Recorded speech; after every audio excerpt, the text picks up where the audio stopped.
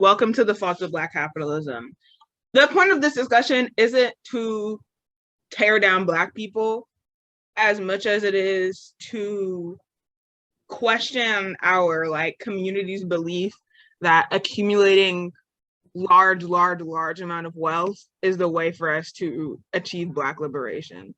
Because that's something that we're going to get into that we have upheld as a belief in our community, and Jaylee's going to actually talk about why. But my name is Peyton.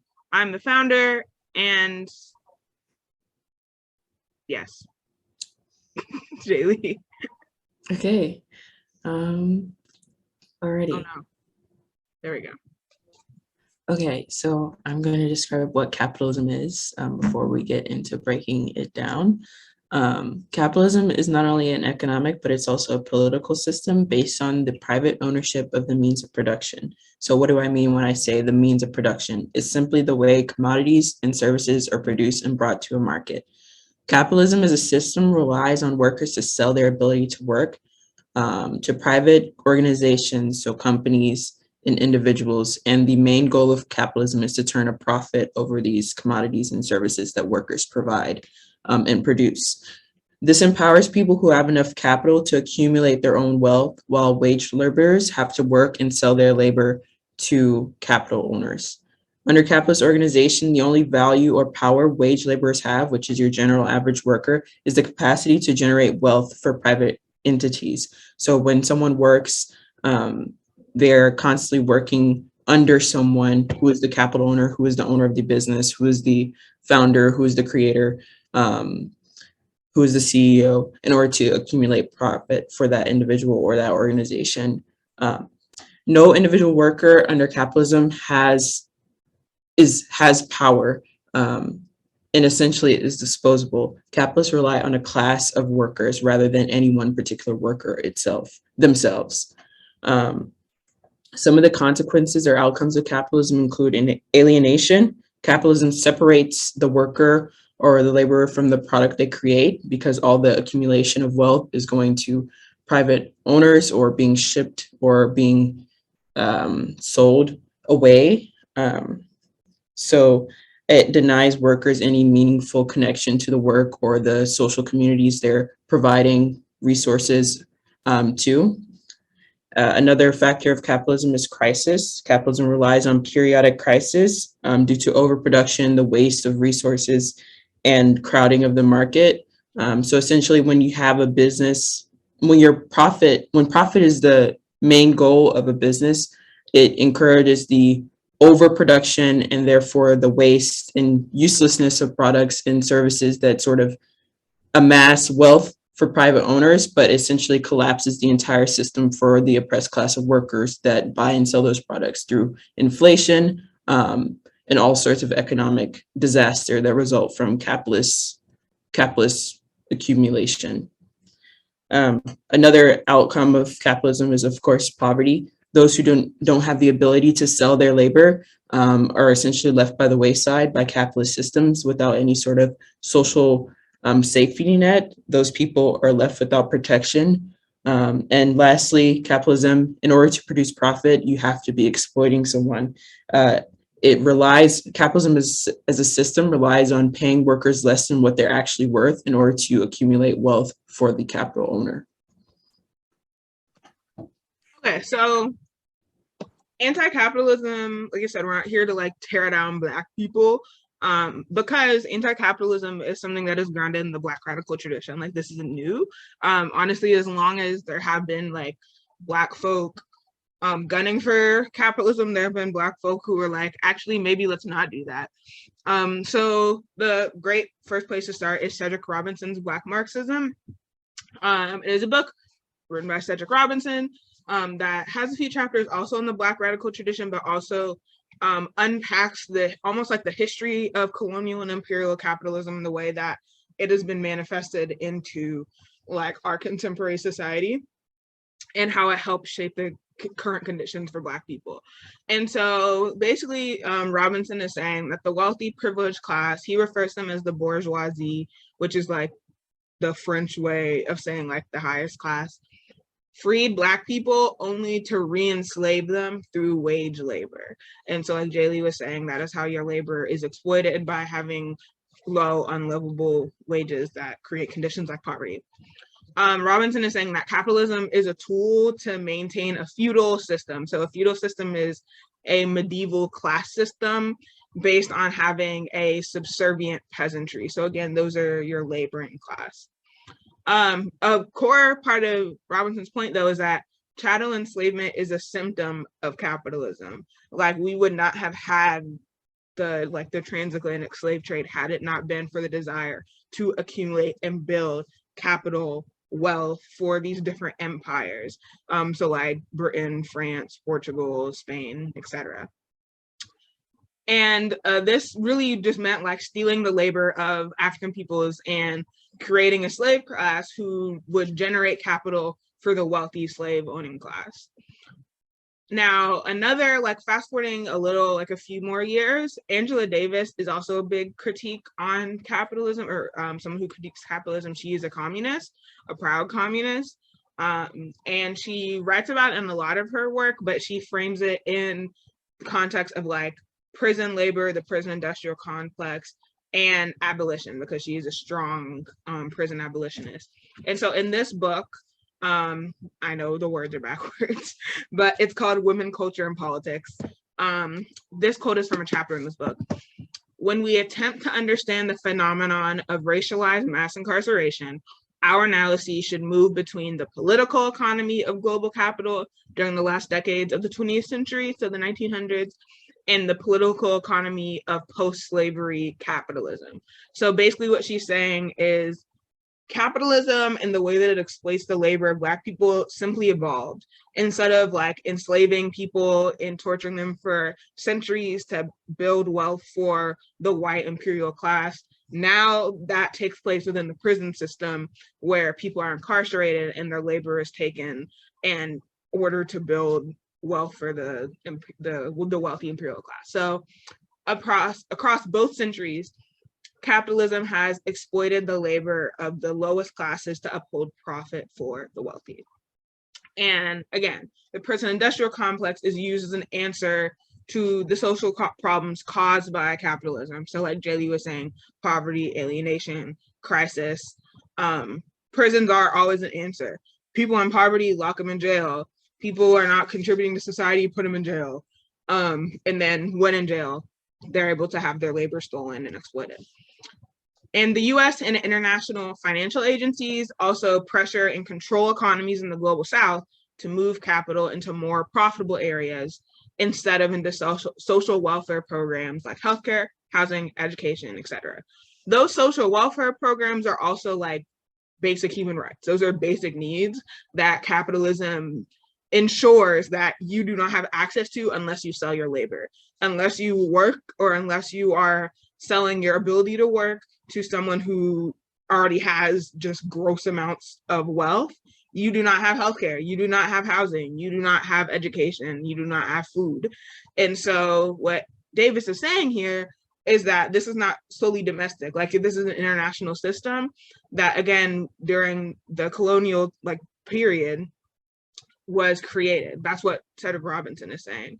And so international financial agencies like the IMF, the World Bank, they create pressure and they control the economies of places in the global South where there's extremely cheap labor, and they ruin the economies and social conditions there, but also are harming subjugated peoples and minoritized communities in the North. And that's kind of the core of Angela Davis's critique. Now, MLK also was a large anti-capitalist. He was actually a socialist, self-described socialist.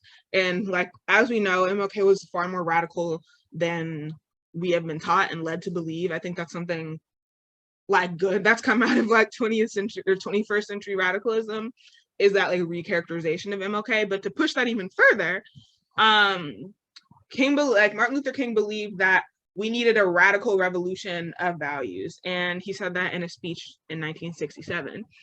And so I think people took that radical revolution of values as racial relations, but nah, he meant everything. And so this includes capitalist values because he understood racism and capitalism are inextricably connected.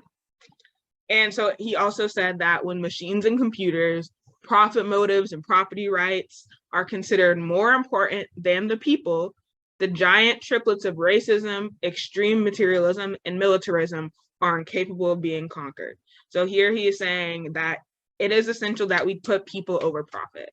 I think it's kind of funny that he said machines and computers because this is like the 1960s. And so the first computer was like owned by the government. But if you think about that, he's really referring to like mass industrialization and how like mass industrialization is a product of capitalism and like whose labor is being used to produce these machines and computers. But he also strived for like a person-oriented society. And so basically this means the needs and experiences of people are prioritized over maintaining capital, like just point blank period. Do you value people as humans, as like the gifts and what they bring to the table? Or do you value purely their ability to like labor for you so that you can build your own personal wealth? And this again speaks to his understanding that capitalism values people in terms of their ability to produce labor or work. And here he is with MLK and Malcolm X, the boys, the gang. Okay, so to understand like the way that capitalism has affected the Black community, I want to draw back to before, right after slavery ended, there was a lot of conversation about how to build the Black community up from the level of dehumanization and economic destitution that slavery, the complete exploitation where you don't get paid for your labor and all your labor is constructed to provide to the private accumulation of a plantation owner, for example. There was a lot of conversation about how Black people should transition from slavery into society as essentially wage laborers. So Black intellectuals debated what was the road to equality, whether was it to focus on the economic status of Black people or to fight for civil and political rights. And those were constructed as two ends of like two forks in a road, essentially. And on the side of building up Black people economically was Booker T. Washington, who emphasized the need for economic uplift and the industrial education of Black people in order to prosper and achieve in a capitalist system. From slavery, not only a dehumanizing position, but also a position that extracts all economic statics. There is historical value in the desire to build wealth, to recover from the generations of exploitation that slavery entails. But it essentially came as a cost in this time after the Civil War and the abolition of slavery, formerly at least, to civil and political rights and educational development in the Black community. A big critic of Booker T. Washington's ideas of economic and industrial education was W.B. Du Bois. And he said that Booker T. Washington arose essentially as the leader of not one race, but two, compromiser between the South, the North, and the Negro. Mr. Washington represents in Negro thought the old attitude of adjustment and submission. And essentially what he was talking about is adjustment and submission into a capitalist system that is designed to oppress Black people as slaves and then as wage laborers. But there have been, quote, successful attempts at building up Black wealth in a capitalist way. For example, there's Black Wall Street, a very familiar example of Black people building wealth and creating businesses, well-funded schools, and community centers within a self-sustained economy. It's one of the most, Black Wall Street is one of the most famous examples of this, despite the odds of segregation. For example, a quote about Black Wall Street and how affluent it was. Black Wall Street, more commonly known as simply as Greenwood Avenue, had it all: nightclubs, hotels, cafes, newspapers, clothiers, movie theaters, doctors and lawyers' offices, grocery stores, beauty salons, shoe sign shops, and more.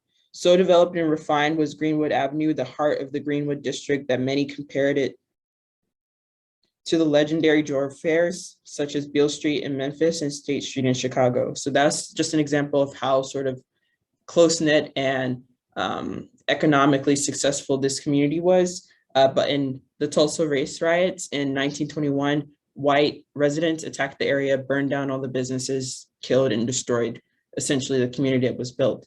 And it's an example of how the building of Black Wall Street and its destruction is an example of how capitalism and white supremacy function together and how attempting to work within systems of oppression backfire. And this can be seen on two levels, essentially.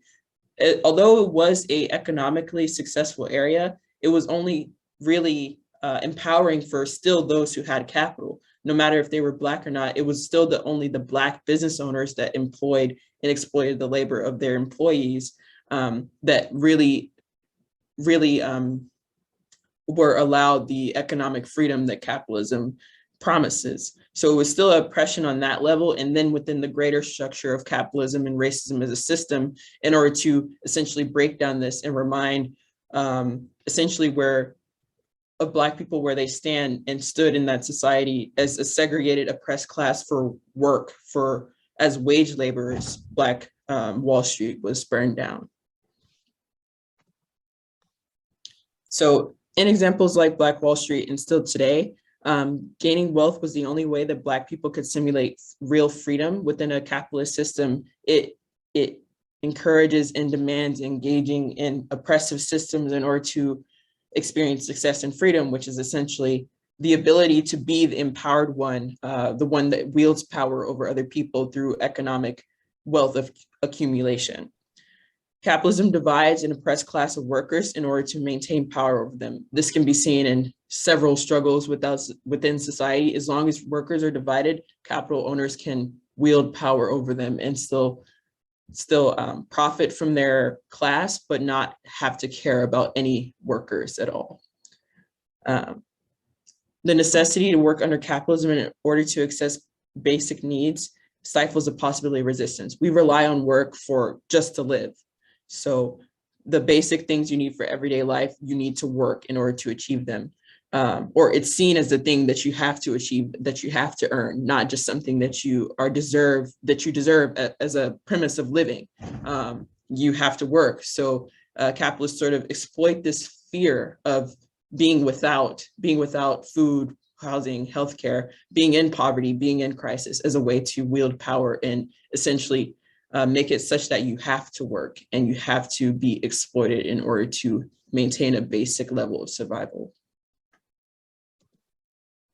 Yeah, so like with that being said, on the note of Black Wall Street, right? Like it was this place that even now folk will refer to it like we had Black Wall Street. Like there's a community of people building like a new Black Wall Street in, I believe it's Kansas. But capitalism is still capitalism, even in brown skin, right? Capitalism cannot exist without inequality. Like Jaylee was saying, even within Black Wall Street, there was inequality between the labor aristocracy, which is like the middle managers, the business owners, right? You can think of them as like the upper working class, and the laborers, the people that were working for them. The people who own the business, as Black and beautiful as they were, still went home to a better home, better circumstances than the folks that were working there. And so of the millions of people in one country, millions of Black people in one country, how many actually achieve exceptional wealth in comparison to those who work to help the few achieve this wealth, right? And so within that, capitalism submits to and also demands a hierarchical system where a person can profit off the labor of others. This does not change just because the skin color does. And I think also an important note to underscore here is that a lot of folks equate capitalism to like a free market system. But within that free market, it is a free market for those who have the wealth and the capital to engage with it, not people who have no capital. If I wanted to go out in my Blackness and start a business right now, the likelihood that will succeed and thrive beyond anyone's wildest dreams is so small, because our system is not made for a large amount of anyone to achieve exceptional wealth, because then who are the workers going to be, right? And so building a financial empire cannot happen without anyone's labor being stolen and exploited. And this leads to and necessitates unlivable wages, poor benefits in healthcare, and buying out smaller enterprises to build an empire. So even like with that last one, a good example of that is you'll see not even just buying out, but sometimes just stealing people's intellectual like gifts and talents and labor. Like you'll see a lot on Twitter where smaller Black designers who are trying to build their own business, wealth, capital, however you'd like to describe that, creating and taking and presenting their gifts so people can pay them for their own labor. Big companies like Fashion Nova, Shein will take their designs and mass produce it to turn a profit, instead of that capital, that money going to the person who made it. And so that kind of leads to how people who start smaller businesses are trying to like accumulate their own generational wealth, right? Like, what does that mean? I think it demands that we understand that the generational wealth that we're modeling after, that like we would like to achieve, is the generational wealth that our ancestors' labor built for white people and like the white wealthy class. Why is that something that we should seek out for ourselves? Like, why should we seek generational wealth that was built on the backs of our labor? Some people can understand that as like an empowering thing, right? But at the end of the day, again, you have to understand, in building that wealth, you are taking the labor of people who aren't doing that, who aren't accumulating all that capital, that wealth, to get there. And our system does not allow space. The free market does not allow space for everyone to thrive, for everyone to succeed, for everyone to have wealth, whatever that means, right? So these are 5, I think there's like 13 Black billionaires in the world. P. Diddy's not a Black billionaire, but he is another like example and proprietor of like building generational wealth, Black capitalism, right? We have Jay-Z, we have Oprah, we have Rihanna. As much as we stan Rihanna, she's still a billionaire. Kanye, Tyler Perry, right? These are all people who have come from like destitute, poor, exploited backgrounds and built and accumulated wealth, but are still contributing to the system that exploits people. They would not be able to get where they are without have stolen or exploited other people's labor. With that being said, do we think that Rihanna's in the boardroom being like, make sure they're not getting enough money? Probably not, right? But that is not enough, right? I think a lot of people stop there in this conversation. You have to understand, all 5 of these folks have to work within the existing white capitalist system. Like, Black capitalism does not exist in a vacuum. It does not. You still have to interact with whiteness. You still have to interact with like a white capitalist system in order to build your Black capitalism. And like a huge example of this is Tyler Perry, is Kanye, right? All of their wealth, especially Kanye, exists off of like using and leaning on the white capitalist system in the way that it commodifies things, right? Commodities. You can look at Rihanna and Kanye, Kanye specifically, the commodity of like clout and like social currency, using that. Like, if you're not directly exploiting people's labor, maybe with the people who are slaving away, making all of his Yeezy stuff, like taking and exploiting the money of the people who helped you reach where you are, who helped, again, build that labor, but people are paying hundreds of dollars for some Yeezys that they, at their own minimum wage job, worked for 40 hours to be able to afford, right? Jay-Z is an example of having, and Oprah as well, are an example of having multiple smaller enterprises to contribute to their general wealth, right? Like, if you were really for building Black capital, Black wealth, like, why does one person need to be in ownership of several different entities. It's to build their own wealth. And so going back to this person, this book, A Guide to Success for Black Americans, Think and Grow Rich, a Black Choice. And the quote at the bottom kind of encompasses where this mindset is grounded. This book should be required reading for all African Americans truly committed to the pursuit of happiness and fulfillment.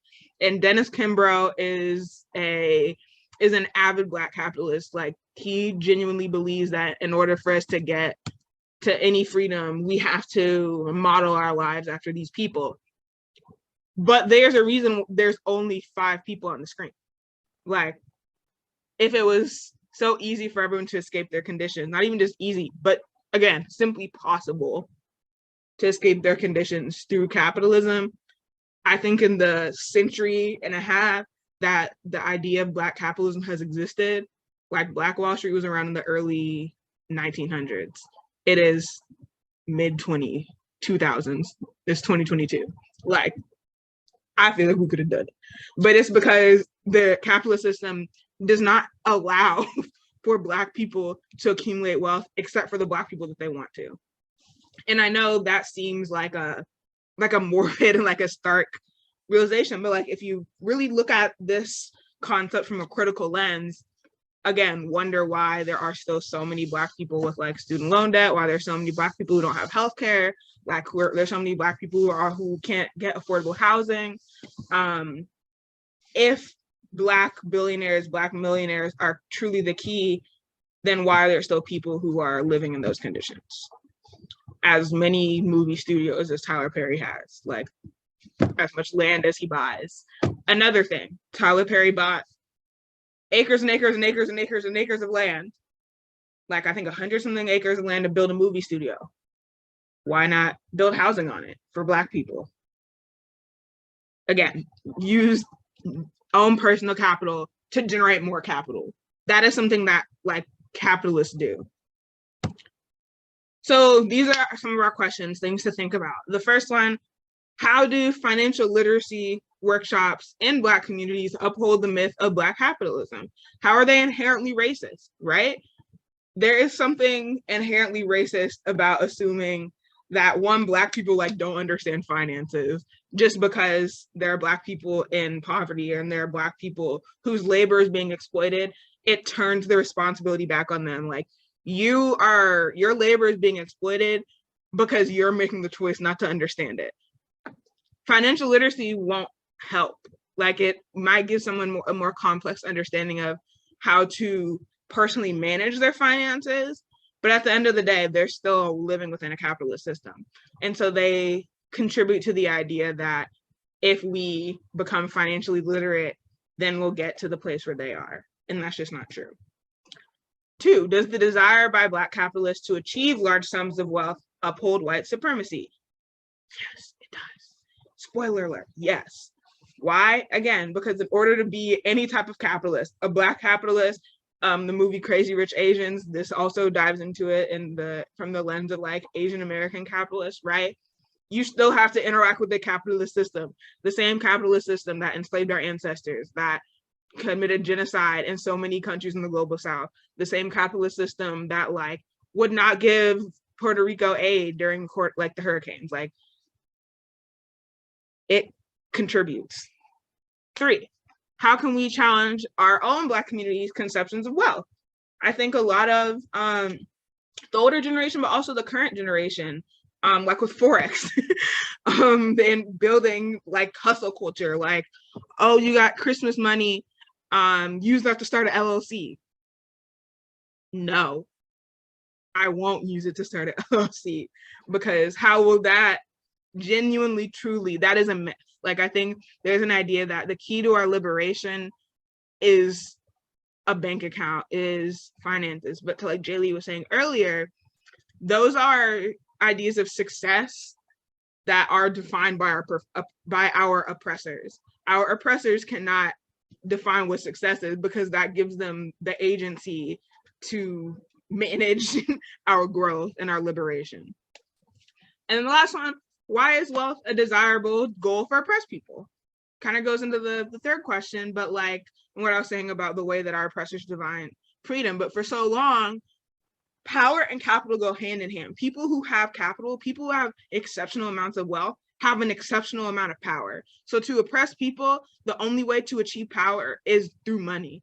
But I think like it's important that we challenge that, and it's important that we challenge the idea of like what other ways of like freedom, of power, of just like general in the way that our boy Dennis describes it, happiness and fulfillment.